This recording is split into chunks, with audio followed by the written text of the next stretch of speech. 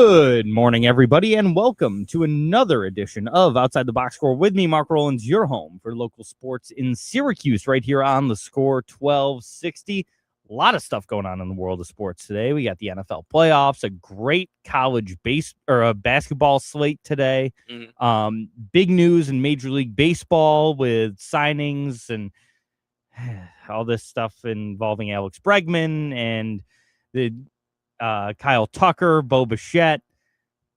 I'll give my thoughts on Bregman leaving the Red Sox later and then going and signing a pitcher instead. But I will give my thoughts on that later. But we do have a full house today. Josh Boheim is here. As always. Wearing the headphones. Got the cans on as he holds up the cord to said headphones. They're useless. Yeah, we really do have to get just another dongle to keep in here. Oh, I don't even care about it. Yeah, I know you don't. But Josh, we were talking briefly before the show, and you mentioned something that a story you might even want to tell on air. Yeah. So apparently there was a situation at your apartment this week. A little bit of trouble in paradise. I was out at a lunch at work, which is always nice. Holiday lunch. Okay. It's January 15th. Yeah. It's fine. Yeah. As one is. Martin Luther King lunch. As always. And so we're at lunch, and I get a call from someone that I don't know, but it's in the area. But I'm new to the area, so I don't know who this person is. I, of course, don't answer. One call. Just one call. They denied. Emily calls me half hour later. She goes, did you get this email from the place we live? I go, no. She goes, well, did you get the call? And I go, I ignored the call. I don't answer the call. Yeah. And so she's like, well, you're going to want to check it out. She goes, the quote from from our apartment was, quote, your dishwasher exploded. And I said, what the hell does that mean? What does that even mean? Is the apartment gone? Right. I'm like, exploded. Are the cats Right. okay? Like, Right. Yeah. What does that mean? Yeah. No. What it means is, and I kind of knew it was coming because this was Thursday. Tuesday night, I'm walking into the kitchen, and there's this little spot, like maybe the size of a quarter, that's just damp on the floor right before I get into the kitchen, kind of in the dining room. And I go, maybe some cat knocked over something, or the lady spilled something. What's going on? Who cares? I get a damp sock. I move on. Yep. Next day, I come home from work. I go, that spot is still there. It's gotten a little bit bigger. I go, what? What is that? I talked to the lady. I go, are you noticing this? And she's laughing at me. She's going, what is wrong with you? I go, I just don't know where this is coming from. Is there a ghost? She's laughing at you. There's a damp spot that has grown in size. Right. And she's like, I don't know. And I'm like, is there some ghost that's excreting its cytoplasm or something on the carpet in the same spot every day? Is one of the cats urinating on the carpet in the same spot every day? And she's like, dying laugh. She's like, you're taking it too great. Like, who cares? Well, then the next morning, she wakes up and she goes, hey, this spot, it hasn't gone away. I go, I know. I know. Now we're to Thursday morning. And she goes, well, we should really call maintenance about this. And I go, I mean, I'm like, you know what? It's probably fine. She puts like a wash rag on it, immediately soaks it up, like all soaked, and it's still soaked on the floor. Yeah. So there is a large amount of water under this floor. There is something very clearly wrong. That's right. And I do nothing. So then this will be good. This will be good to play back to the apartment complex when they blame me. Yeah. And I go, I saw it, and I did nothing. Yeah. But I actually can show them that I went to ChatGPT, of course, as you know, big AI guy. Yep. And I go, hey, buddy, what's going on here? They go, it's probably a leak from the person above you, just how those complexes work out, whatever, sometimes the pipes or whatever. I go, guy above me, what an asshole. What a jerk. What a jerk he is, huh? Yeah. So, yep, my dishwasher exploded. There was a large flood into the laundry room below us and into the lady's apartment below us, who we hate. So that's a big win. Karma, baby. Turn your damn music down and put that dog down, too, while you're at it. God, nobody likes him. You're a weirdo. You look like you got a perm, and I wouldn't touch you with a 10-foot pole. I hate you, you stupid. Thank you. Yeah. All right, so get rid of her. But it floods into her apartment. It's fantastic. Great for me. And we got a dehumidifier running. That's all. Just a little bit of water. The maintenance guy said he came in. Yeah. They came in to, like, clean up there was a little bit of water on the kitchen floor. Mm-hmm. And into the dining room, he's like, yeah, we just put the dehumidifier down. We'll let you know when we get a new one. I go, so what's the timetable on that? They go, we really can't say. And I go, what does that mean? So I'm just without a dishwasher? June. Right. I'm like, we can't say like 2 days? Or is it like 2 weeks? Yeah. Because then that's like, yeah. At what point do I say, well, So where did it start? Was it the pipes? Was it? it was the pipes. Yeah. Yeah. Yeah, it was the pipes. And then. So not your fault. No, absolutely not my fault. That's just the building's fault. Yeah, I mean, I couldn't even tell you the brand of this. I mean, this thing has got to be old as hell. Oh, yeah. It ain't even a Whirlpool, baby. This thing's old. There is no such thing as a new dishwasher in an apartment complex. I'm convinced that brand new apartment complexes go up and they put in 35-year-old dishwashers. My great-grandmother used a newer one than this. Yeah. When she was first moving into her house, yeah. Yeah. But hey, congrats on your downstairs neighbor getting flooded. That's right. News. It'll happen again if you keep that dog up barking in my room, okay? Or under my room. I was gonna say, in your room, was the dog invade like the Bumpus dogs in a Christmas Story? Don't you ask what I do with that dog, okay? I'll do anything I want to that dog. Keeps me up. So it's kind of a win-win. I get a new dishwasher at some point. We flooded that lady's apartment. Yeah. I'm cool with it. Hey, so what? The floor's a little wet. Yeah, and I'm without a dishwasher for ETA or TBA. For 9 months. Yeah. Pat said you don't need a dishwasher. I don't even have one. You don't need one, but they do help. We didn't have one in Rome for years that she was out there. I did dishes. Yeah. It's much nicer. It's much nicer. But I will say also, I don't do the dishwasher thing. Like, I do them, but I'll basically wash the dishes myself. Yeah. I take all the time to go through a clean wash, and then I just throw them in the dishwasher because I feel like I have to. I don't take that much time, but yeah, they're pretty clean when I put them in the dishwasher. The gal is like a rinse them off, throw them in. I go, that's crazy. Yeah, how is this? What are we doing? I mean, it works. Clearly, that's the whole invention. But I don't like it. I don't trust it. I don't trust it either. You don't trust AI? I don't trust proven machinery that's been around for a century. Yeah, that's been around for decades. When they first come out with the dishwasher, let's look century's too much. I'm going to guess 19. Well, women have been around for forever, but I'm going to guess. Jesus Christ. Come on. I was waiting for you to do it, but I knew you wouldn't. 1958. So, this is insane. The first dishwasher patent was issued in 1850. That's not the modern one, right? It was one dish per. So yeah, that was by Joel Houghton, who registered for the patent. This device was made of wood and was cranked by hand while water sprayed onto the dishes. Wood getting wet? That's no good. They didn't know what metal was back then. In 1850, the only things they used metal for were train tracks and guns. It appears that the most successful of the hand-powered dishwashers was invented in 1886 by Josephine Cochran. A lady. She was like, I'm tired of doing this. I'm not doing these dishes no more. Yep. Together with mechanic George Butters in Cochran's tool shed in Shelbyville, Illinois. Shout out Shelbyville, Illinois. Shelbyville, of course, the annoying neighbor of Springfield in The Simpsons. They hate Shelbyville. Apparently Cochran was a wealthy socialite, by the way. Josephine. She wanted to protect her china while it was being washed, unveiled at the 1893 World's Fair in Chicago. That thing must have been huge. So when's the first one that we know, or at least decent-looking one? Europe's first domestic dishwasher with an electric motor. You tell me Europe beat us to the punch. Apparently. Was manufactured in 1929. Way early. Okay, 100 years was right. Yeah, I guess so I was a century was pretty good. And they didn't really become popular until the 50s. Okay, 50s. So 50s good. Post-World War II, when nuclear family in the home. Yeah, yeah. That's when dishwashers, as we know them, started to become popular. And now they're unpopular. Yeah, and now they explode in apartments flood the neighbors. That's right. I was so happy. It sent out to everyone in the building, too, to be like, hey, just to let you know, there's been a flood. And I go, oh, buddy, has there? Oh, yeah. I was expecting because Josephine Cochran had like a Wikipedia page. Oh, yeah. And it said she was a wealthy socialite. So I'm like, I wonder if there's anything else. Wealthy, you got to be careful. Wealthy socialite in the 1800s, I think I know what that means. That's no good. Yeah, that probably no good. Yeah.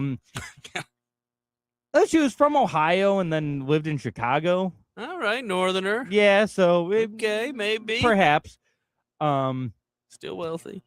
And she's just known as the inventor of a popular model of dishwasher.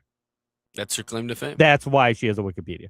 Also, apparently, she had Garris Cochran Manufacturing Company with the guy that helped her invent the dishwasher. The Butters, man. Yeah, Butters.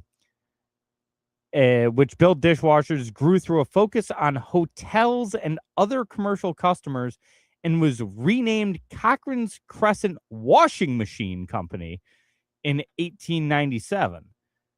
So apparently also made washing machines, and then was eventually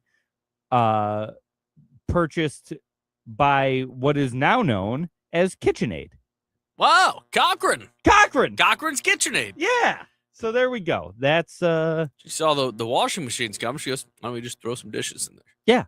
Or vice versa. Which came first? It appears the dishwasher. Huh.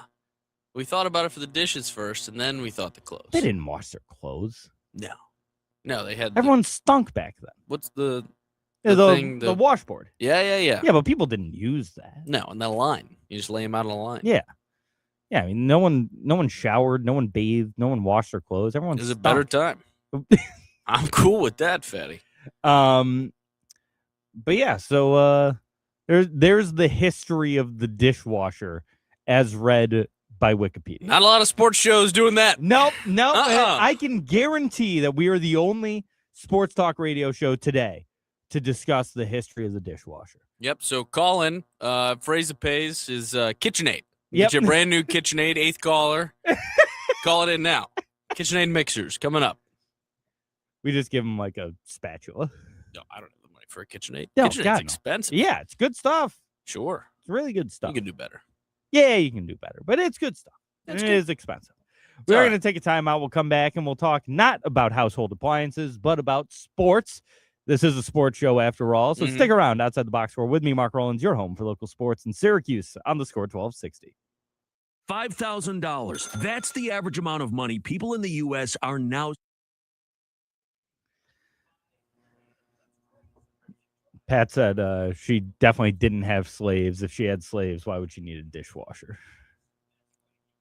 Maybe she was one of them compassionate folk. Felt bad watching them wash all the. We're gonna nip that conversation in the bud time, immediately. Pat, give me a call.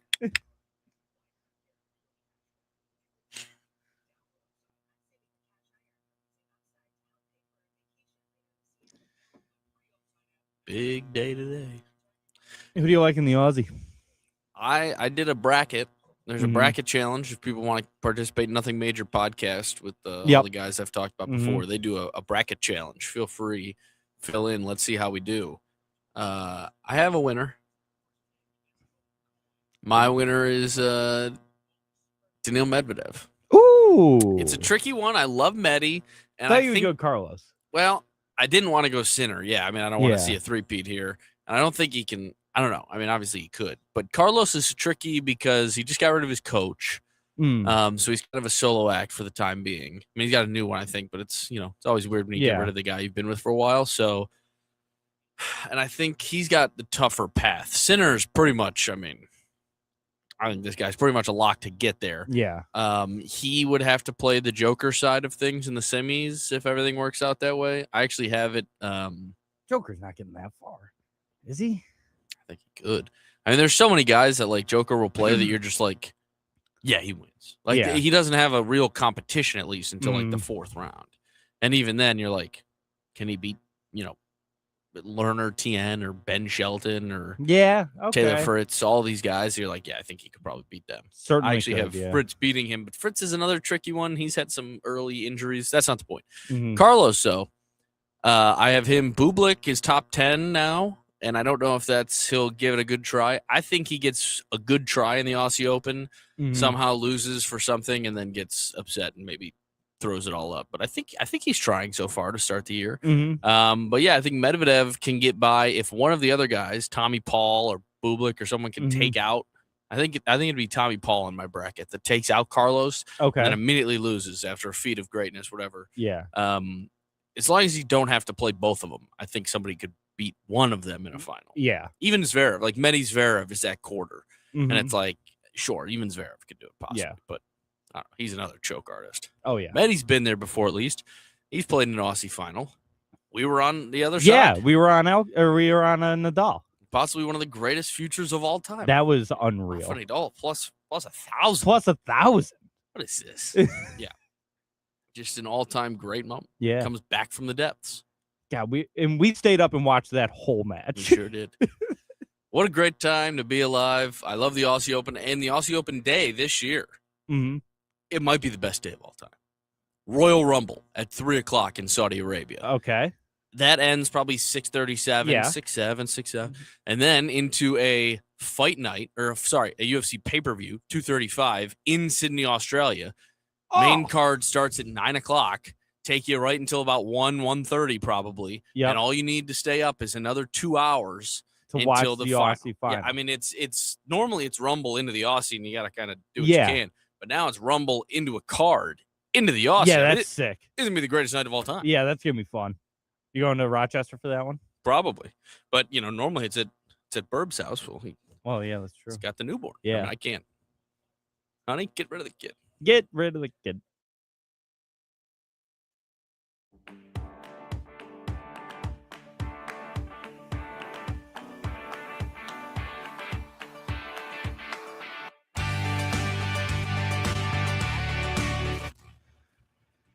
And we're back outside the box score with me, Mark Rowlands, your home for local sports in Syracuse, right here on the Score 1260.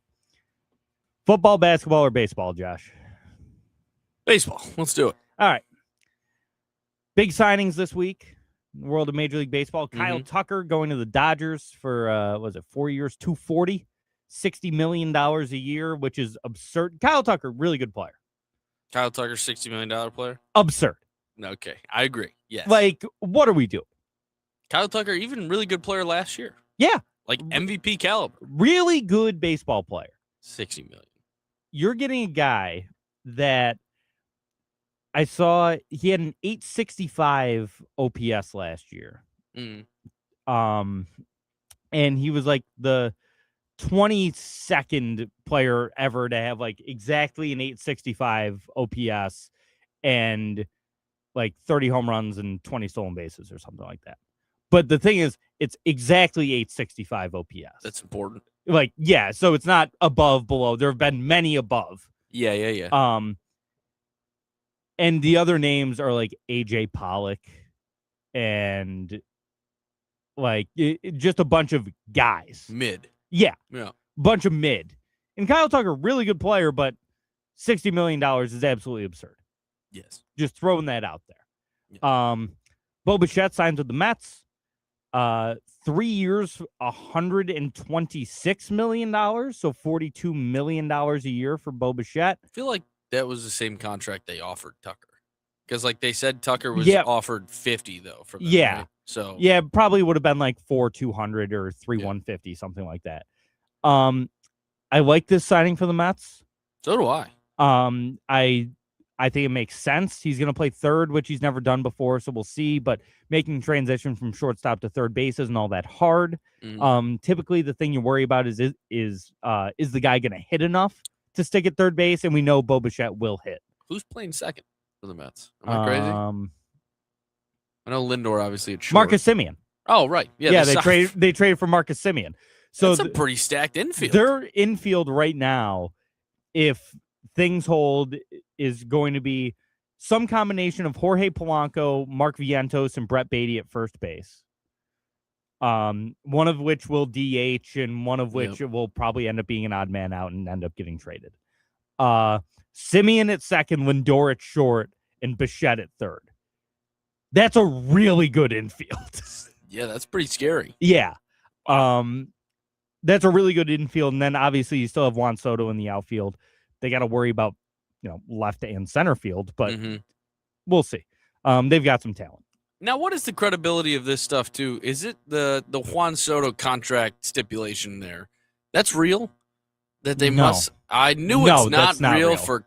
I'm like, every year they talk about this opt-out. I go, there's no way this is a real thing. The one where the roster has to be at least 40% Hispanic or whatever. Yeah, I'm like, that's crazy. No, that's not real. Some, I'm getting sent-elled. Yeah, one of the parody accounts, came up with that. It's what an interesting option. Yeah, no, that's that one has stuck around a lot. It's because I've seen it for years. Yeah, that one has lingered. But no, that's not real.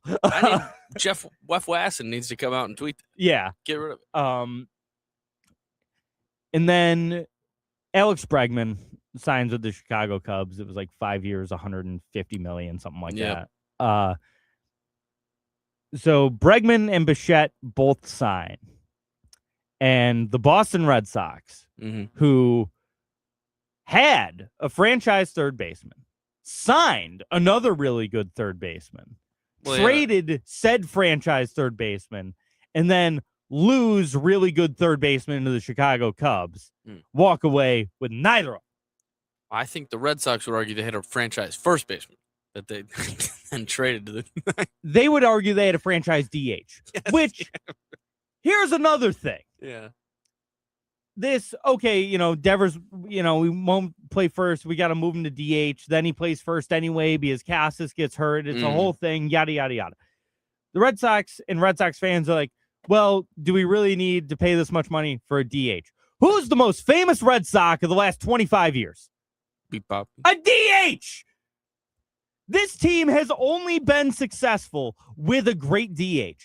Poppy retires in 2016. 2018, they win the World Series. You know why? You know who was DHing? JD Martinez, who hit 330 with 38 home runs. That's pretty good. You need a good DH. I know we're in an era of baseball now where every team has a DH, and so they're a lot harder to come by. But it's a one free bat. It's a free bat. Yeah. So what if he ages and he's a DH full-time by the age of 32? Cool. You have infielders coming up through your system. Yep.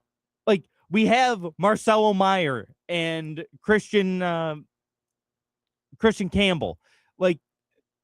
There are guys that you can teach to play third base that are young. Sure. Or you get Bregman and then trade Devers, which I'm still mad about, but it's okay. And then you do everything in your power to keep Alex Bregman. Because now you are the biggest idiots in the world for trading your franchise player again. Yep. By the way, again, trading your franchise player. And the guy you got to replace him is a rental? Great. We signed Ranger Suarez. I like the signing. He's filthy. We've got 3 really filthy lefties in the rotation now, and that's cool. I like that. It's a good deal. I think he'll succeed. He's a really good ground ball pitcher. He doesn't give up a lot of fly balls. If you give up a lot of fly balls in Fenway, it typically doesn't go that well. So he keeps the ball on the ground and he strikes guys out. And that's a good recipe for pitching in Fenway Park. Can he play third base? Yeah, I mean, honestly, or second base. One of the two. Just give me one of the two. I mean, trading away Devers was certainly a decision at the time, even though we were all like, okay, it's fine. They have Bregman. Keeping Bregman. I wasn't. Well, no. I think most people were like, it makes sense. Outside of Red Sox people, even were like, all right, I mean, I guess it makes sense to an extent because you have the guy, you have the replacement. I feel like keeping Bregman was really the only way that made any sense. And if you don't, you sign Bo Bichette. Sure. Yeah, at least keep someone in the category of elite all-star infielder. Yes. Get an all-star infielder. Now we're going to trade for Brett Beatty. And Nothing against Brett Beatty. He had a great last 3 months of the season last year. Sure. I like Brett Beatty. I think he can succeed. I'd probably prefer Mark Vientos, but that's beside the point. Vientos isn't as good of or as versatile as a defender. Like, you probably can't stick him at third. He's not a good defender. But I just like his swing for Fenway. He's a righty. He has power to all fields. He reminds me of JD Martinez a little bit. So we're probably going to trade for someone like Brett Beatty. And that's fine, I guess, if Brett Beatty can figure it out for a full season and you can develop him. That's fine. Remember when we had 2 all-star third basemen? One of which that can play second and came up as a shortstop? I hear you, man. I mean, hey, my team's got only infielders. All we got is infielders. We're moving people out. I'll take Ellie. Take them. I think a lot of Reds people would give you. I'll take Ellie right now. You'll never be able to please them. I mean, it really does feel like they're the man who's like got cheated on. Like, you'll never be able to please that woman. Yeah. Because 10 for 220. Yeah. That's his whole different bag of worms. But yeah, Red Sox Twitter, it's tough to and they almost do it intentionally, right? Because you lose Bregman, you're defeated, and then they sign this big guy to be like, hey, guys, look, we're still doing stuff. Yeah, we're still making moves. I'm like, I don't give a rat's. I wanted my Rafael Devers. We were promised a number 2 starter in a big bat. That's what they said at the start of the offseason. Like, we're going to go starter. We've got first we get Sonny Gray, which everyone's like, that's not a number 2 starter. That's a number 3 or 4 starter, which, okay, fine. Sure.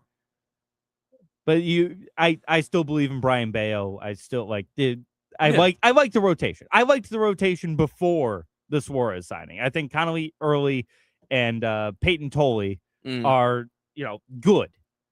Tolley had a tough season, but I liked his stuff.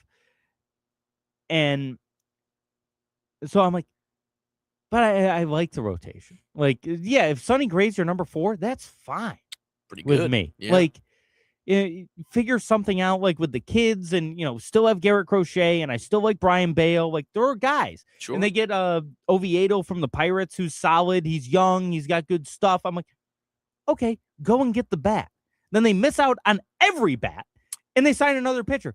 And like I said, I really like Ranger Suarez. Yeah, he's nasty, and our rotation is really good now.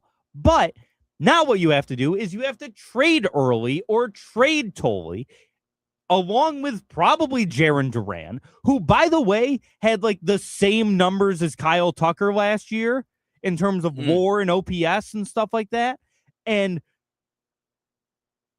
right now is probably a pretty good time to keep him because he's pretty good. It's pretty buy low territory on that guy. Yeah. So but now they're going to have to trade him with one of those young starting pitchers for an infielder that likely won't reach the level of those two. I mean, what's the biggest bat left out there? I don't even know. There's probably like some ranking on ESPN or something. Yeah, I'll get it up. Top free agents available. I mean, yeah, they've got a free agency tracker. I feel like this year was one of the quietest years for free agents. Oh, that's just. I feel like that doesn't include like a ranking. It was Hold on. Bregman, Tucker, Suarez as like top guys, and we really didn't see. And Bichette, Bellinger. Oh, he's still out there. Yeah. Yeah, Bellinger's still out there. Yeah, I see people on Reds Twitter and be like, "Well, so why did you get Cody Bellinger?" Where I go, Cody Bellinger? What are you talking about? Yeah, you crazy? Is Framber Valdez still out there? Did he re-sign with the Sounds Astros? like he's still out there. I don't know. Yeah, Bellinger, but Bats. Mm-hmm. Schwarber re-signed. Alonso signed. The So Japanese guys all signed. Cody was a great bat though last year. Yeah, good. Bellinger. But I'm looking for infielders. Sure. He can play first, right? Didn't he play a lot of? First? Yeah, but I mean like second and third base. I hear you. Gleyber Torres. Gleyber. No, not what I'm thinking about. Yeah, he was a Tiger last year, wasn't he? Yeah. No, he was good. Year. Yeah, he was good. A rebirth. He I don't think he's signed. Tigers re-sign him. They might. He accepted the qualifying offer. That's right. A bunch of guys accepted the qualifying offer this year, too. So you're dead to rights. Yeah, we got to trade for somebody. Didn't the other guy with Simeon, didn't the Rangers want to get rid of Seager, too? No, I doubt it. I thought that was a thing at one point. But here's the thing. So if the Red Sox trade for Corey Seager, yeah, you're still paying a third baseman like $35 million a year.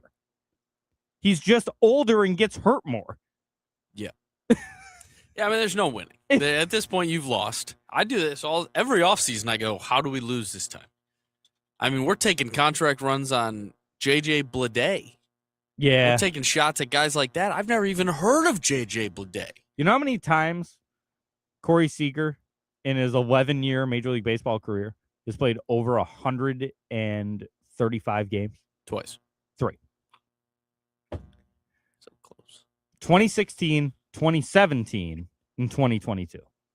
That's over 100 games? Over 135 games. Oh, okay. He does have one of those that's 134, so that's a cherry picky by me. So 130. Still though, yeah, it's still only 4 out of his 11 years. Yeah, about a third of the time he gives you a full season. 102 games last year, 123 the year prior, 119 the year prior, 95 in 2021. 2020 obviously doesn't count. He doesn't play on Sundays. 26 in 2018. So there's no. He's there's not no the winning. answer, is what you're telling me. There's no winning. The Red Sox will lose again. But then I'll come with you on this. Does it matter? Were you going to beat the Dodgers? Probably not. Is that just the litmus test now? Like, what's the point in trying for some teams? And I yell at teams all the time. You should be trying to win games. And I've gone back and forth with people who are like, every owner is trying to win, which I disagree with. No, I don't agree with that at all. I don't think that's the case. I actively think John Fisher, the owner of the A's, wants to lose as many games as possible. Sure. I think I'm okay. I'm not even saying they're trying to lose games. I'm just saying their main objective is not to win. But I do like where your head's at. Yeah. I disagree with that, like I said. And where was I going? Oh, now I think I don't even blame owners now that don't try to win, because like I'm kind of turning. I'm like, well, what's the goal? I'm supposed to overnight build a super team that's going to beat these guys. I mean, it's literally like I'm living an Avengers movie right now. Yeah. And I'm facing their Dr. Doom or whoever. They're Thanos. They're inevitable, baby. The Dodgers are Thanos. And I mean, it's impossible. Nobody's going to be able to do this. It's literally impossible. I cannot see a team. I mean, Philly is probably the next best team. Philly or New York. Philly's lineup isn't that great. The Mets. Yeah. That's the thing is none of these teams have lineups that's like are that great anymore because the Dodgers took all their good players. Right. Toronto just lost Bo Bichette. Yep. And I mean, they're good, but like the Mets are up there. The Mets outfield is tough, but it honestly, it feels like whatever team makes out of the American League, because the American League's still fun. All those teams, there's really no juggernauts these days. I feel like in the American League. No. The Yankees are supposed to be, but they're around, whatever. Yeah. We just hope that through battling in the playoffs, we forge a great team. Like last year, we were so close. We were close. Toronto. And then you just get 7 games. Yep. And then it is what it is, and let's pray. Yep. There's no point in watching the NL because that thing's over. No. Nobody's beating them in a 5-game series. I don't think it's out yet. What would you say if you were to set a win total for the Dodgers? If you're Vegas. Last year's was low for them, right? It was 99.5 or 102 or something. Yeah. It was low. Yeah. Regular season doesn't really matter as much, but I think they're good. They still win a ton of games. I'd say like 105.5, somewhere around there. But they're winning odds too, though, because I look at this stuff too. Yeah. Winning the World Series has to be like plus 400. Like it has to be really low. Yeah. Really low. I'll see if I can get those up. Because like even I think about like football teams this year, and like the best odds were like 600 or something. Yeah. Or like tournaments. Like, do you know? Here, I'll tell you this one after. But yeah, dude. You got it plus 220. The Dodgers right now are plus 220 on FanDuel to win the World Series. Look at that second best. Who is that? The Yankees are plus 1,100. it drops from 220 to 1100. And for another National League team, it's the Phillies, and they're plus 1,300. What a joke. Yeah, the National League teams, I get that's where the value is going to be. They might get to a point, if this keeps up for another offseason, where next year books might have to say the Dodgers are the field.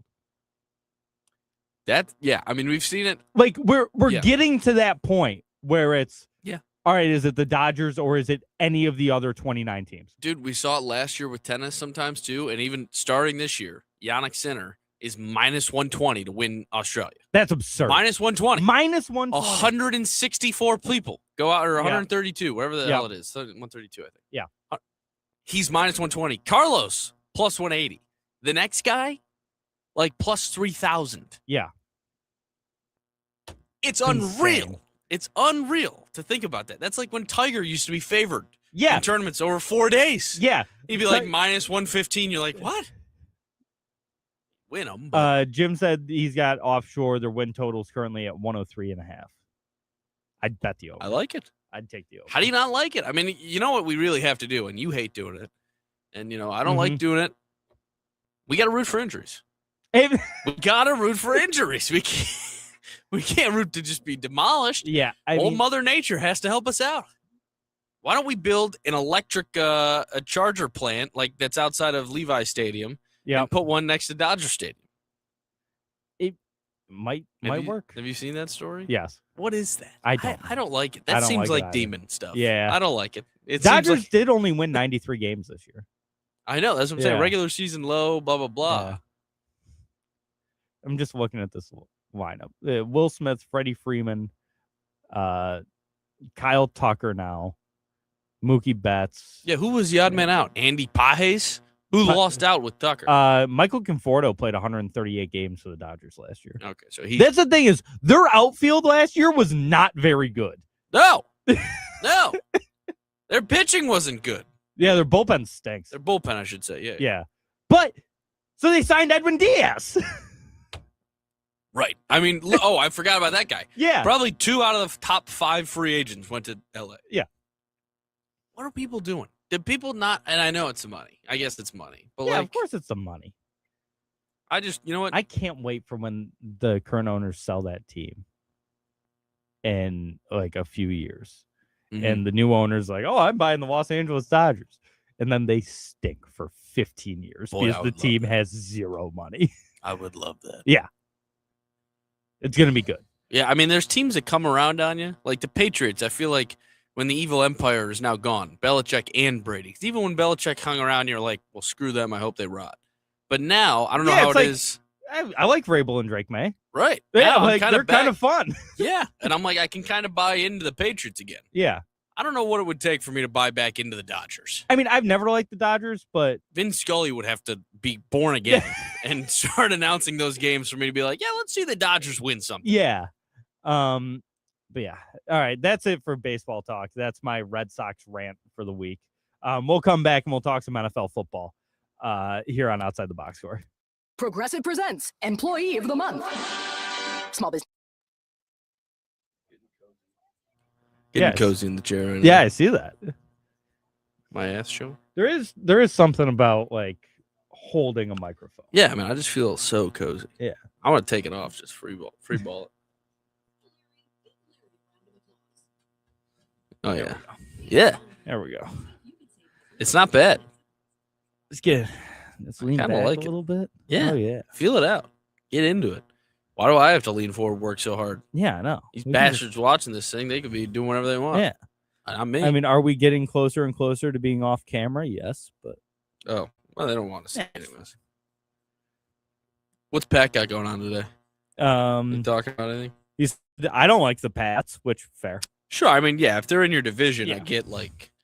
I mean, I don't like the Patriots, but like, they're not as hateable anymore. Right. Yeah, that makes sense. Yeah. I will keep hating. I'll tell you with other. My dad's a Giants fan. I have to hate the Dodgers. Yeah.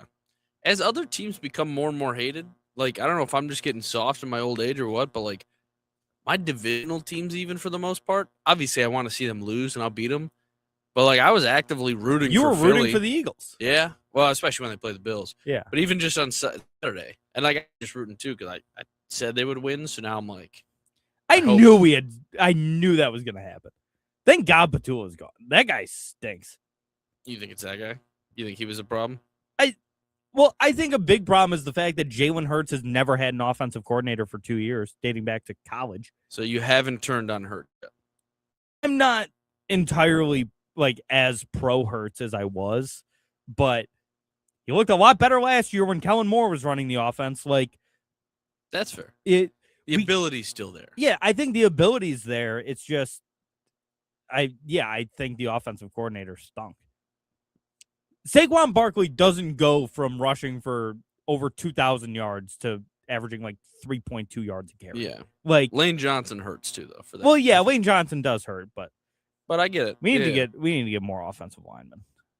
Dude, it's the most boring thing to draft. But with 2 picks in the top 20 next year for Dallas, I'm like, I really hope we get a good tackle or something. Like Yeah. I'm begging for a good Yeah. or like a really good center. My take has always been for rebuilding teams. Yeah. Draft the O-line first, then get the skill positions. Yeah, 100%. We got a call. Who wants to join this crap? Hey, Jamie, I'll throw you on hold. Classic. We got a classic guest coming up, fellas. Shit. But yeah, I think just like for 2 years you draft offensive linemen.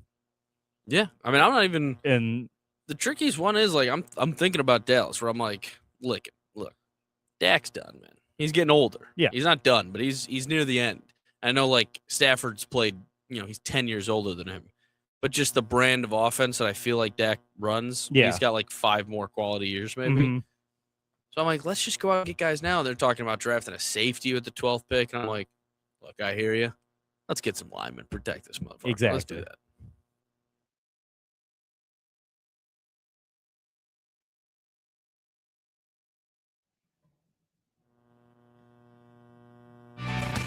And we're back outside the box score with me, Mark Rowlands, your home for local sports in Syracuse right here on the score 1260. Going to jump over to the phone lines really quick. We got Jamie, the FedEx guy, calling in. Jamie, what's going on, pal? Hey, Mark, how you doing, buddy? Good. That's good. I didn't know if you did a recap on your Eagles' failed season. I was just sort of like in the middle of that, but yeah, we were just talking about it during the break. I'm happy the OC's gone. I didn't think we were going to win that game. I had very little confidence in the game against the 49ers.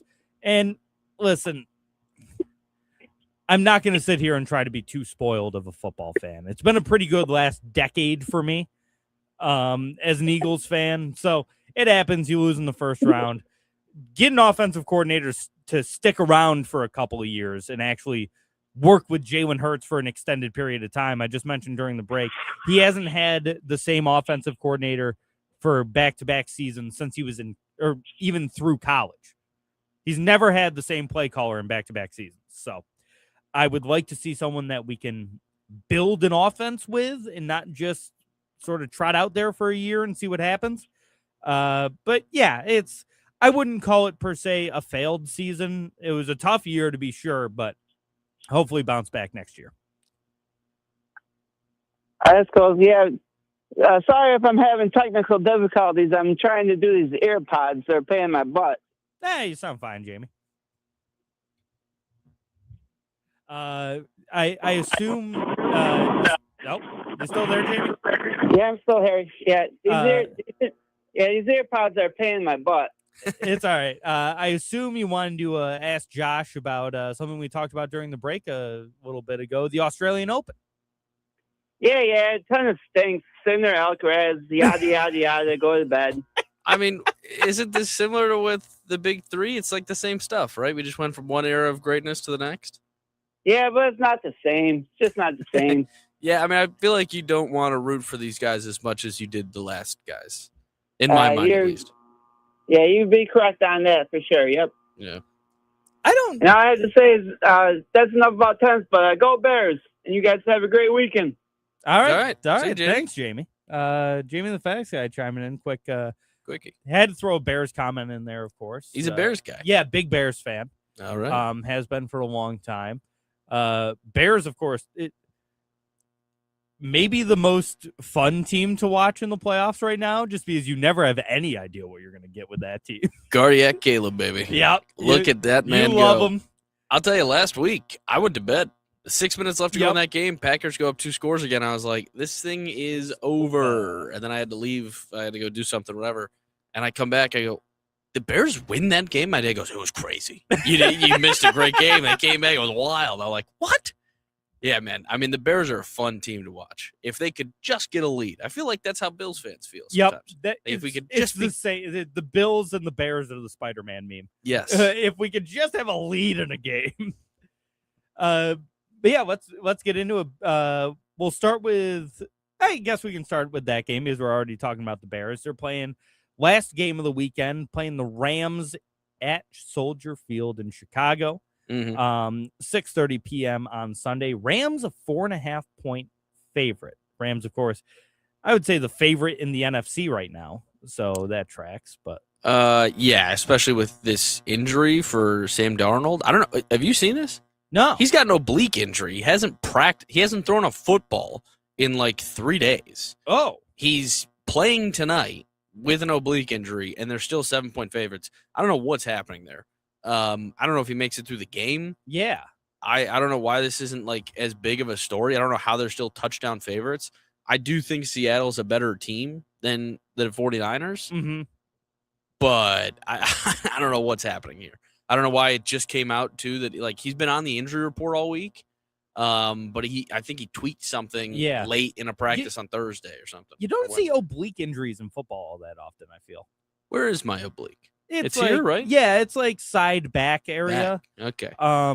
You see them a lot in baseball, but I feel like you don't see them in football all that often. Yeah, maybe it's like a stretching thing as much, Yeah. not like a getting hit on it Yeah. or something. Well, it's like a soft tissue injury. So I like, got you. That's why you see it a lot in baseball. It's when you swing a bat, like you use your oblique. Right. like, Maybe he quite was a really bit, so turning through. yeah, maybe I don't know. So I didn't even. Yeah, he's banged up, but I think in Seattle, first game of the playoff, them, I still like Seattle in that game. Yeah. They just beat him week 17, right? I mean, I think or Do you 18. think, I should say. do you think Seattle's better than the Rams? Better than the Rams?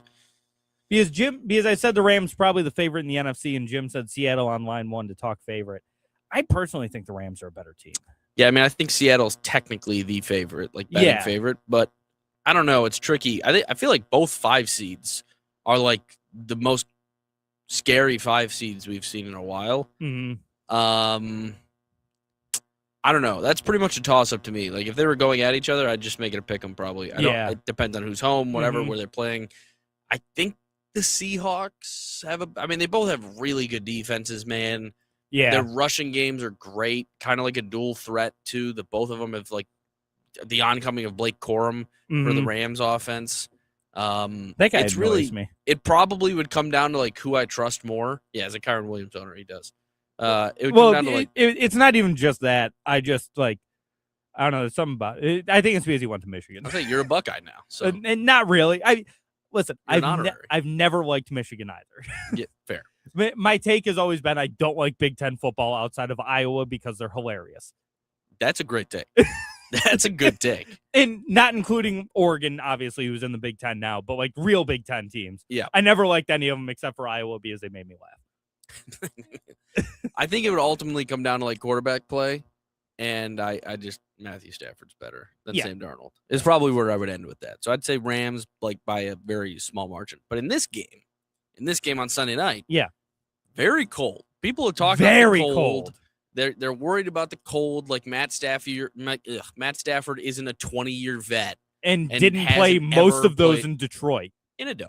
Yeah, but still. True. But yeah, I mean, it's not like the cold he's never been around. Yeah, it's not like he's, only been exposed to warm weather. Like, if he played for the Dolphins for most of his career, that'd be one thing. Yeah. But, like, guy played in the North. I'm not super buying it, let's just say. But I do think that I love a home dog. And especially with that number for, like, a good team.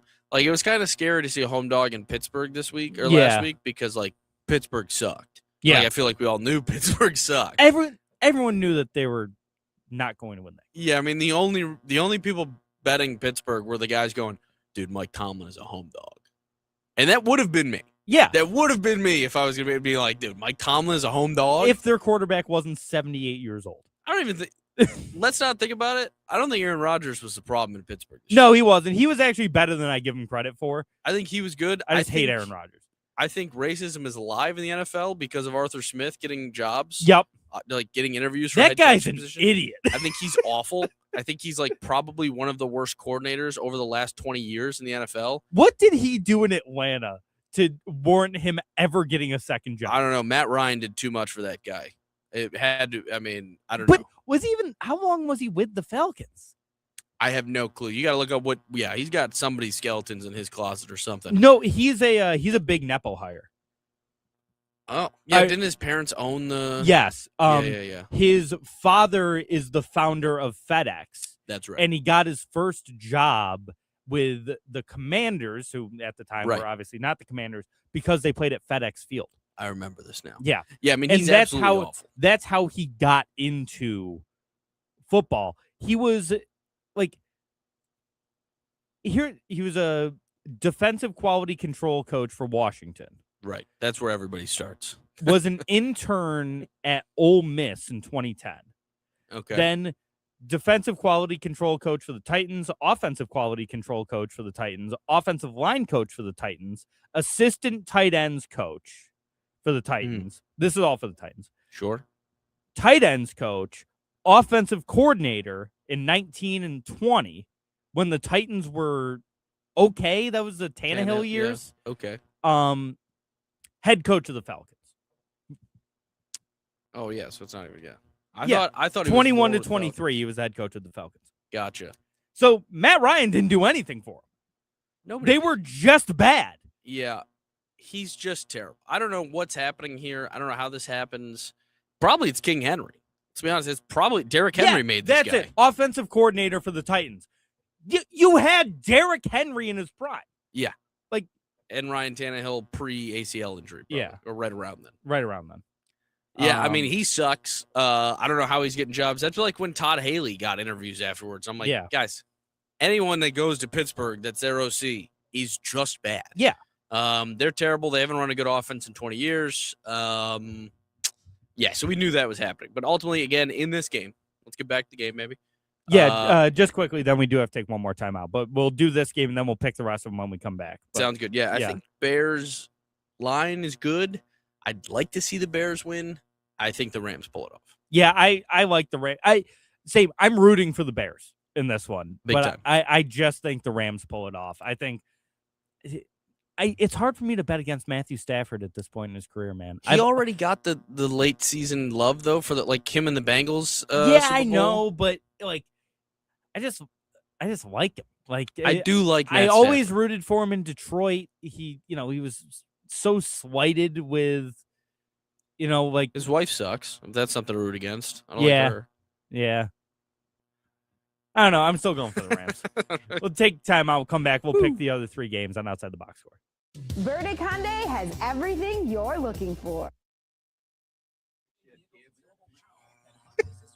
Guy's got a lot of kids. Yeah. Oh yeah. He'd be getting after it. Yeah. Not quite Phillip Rivers, but No. he pulls. This is nice. Yeah, I'm kind of digging the holding the microphone. Do you like how I took it out of the stand? Yeah. I like it out. I mean, if I really wanted to just lean up, Yeah. I could do one of those. That'd be nice. This is nice. We got a going here. We should set up just get like the little like Shure microphones that like podcasters use. Yes. Just Just like- pull them right like yeah. here. We should leave the studio. We should get rid of this thing. Just do it, or Yeah. they should just pay us more. Yeah, they should definitely pay you more. Yeah. Why don't we why don't we take this show through the ranks? We could do 5 days, right? What if we took it on the road? Yeah. Take the show on the road. Oklahoma sounds nice. Just travel. Go everywhere. Sure. Doing live shows, Sure. selling tickets. Sure. I think we could do it. I don't know what we're going to sell, but yeah, Nothing. I'm in. Okay. Sure. I'll do anything. Anything anyone asks me for, I'll make a plan. We'll make And then I'll plans and follow we'll through. follow through with the plans. Bang. Bang. We're not Baylors. I've never been a Baylor. We don't bail. I on don't like the plans. Bears. Baylor Bears. Yeah. Jim said SU Bills money line parlay and retire. Oh yeah, SU plays Boston College today. They're only a 6-point favorite at BC. BC stinks. Yeah, SU's they're good. Yeah, SU's good now. Donnie Freeman, real good. Yeah, I was talking with some coworkers, like one of the coworkers of mine who's a season ticket holder. She goes to all the games. She's like, that Donnie's gonna get himself kicked out, like in a fight, teed up. I'm like, he's just the best player on the team, dude. I don't know what you want from me. Why are we complaining about anything he does?